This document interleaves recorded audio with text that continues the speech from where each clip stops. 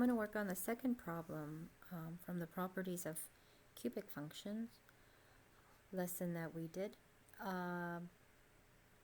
Let's see. So for this one, once again, there is nothing being multiplied except for that -1. But -1 is simply a reflection over the x-axis. So there's a -1 here, okay? And that tells us that it is a reflection over the x-axis. Let's take a look. So that -1, let's use a pen that works. I like the color better. So the -1, okay, the multiplier tells us that it reflects over the x-axis. This +2, we have to change the sign when it comes out. So that -2 inside of the function tells us it's a left or right movement. That tells us it's a left 2. This -1 outside tells us that we need to go down 1. From what? Where do we do all of those movements? Where does it originate from? Well, it originates from the parent function, which is f of x equals x cubed, which we can graph right here. There it goes.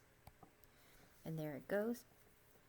Okay, so the notable points of that is 0, 0, and 1, 1, and -1, -1. Now, first of all, let's go ahead and do the reflection.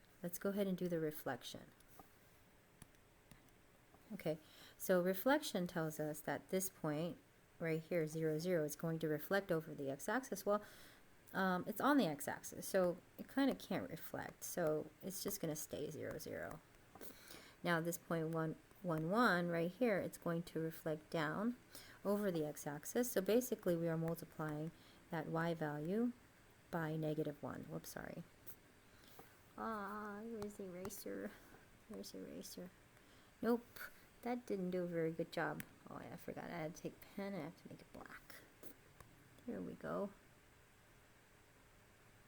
Sorry. Okay, good enough. And so instead of doing that, we have to multiply that value by -1. That looks like an x minus 1, but it should be multiplying. Multiply by -1. And so that new point is 1, -1. Okay. Also, we're going to take this -1 here. What in the world? And multiply it by -1. And so our new point is -1, 1.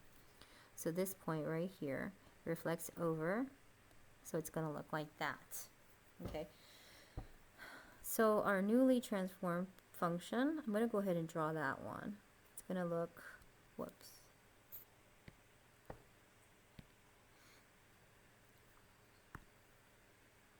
It's going to look like this, and it's going to look like that.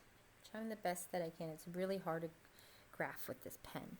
Okay, and then now let's do the left 2 and down 1.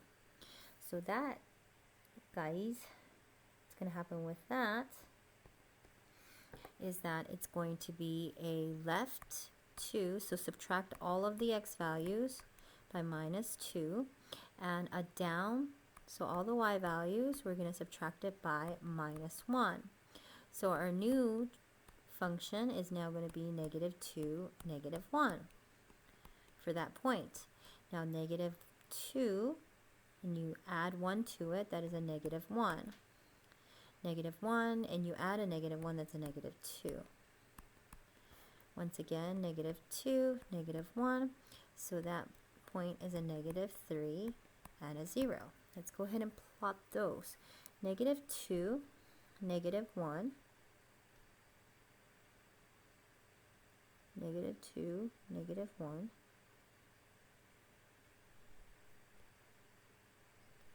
okay, and then a -1, -2, and a -3, 0.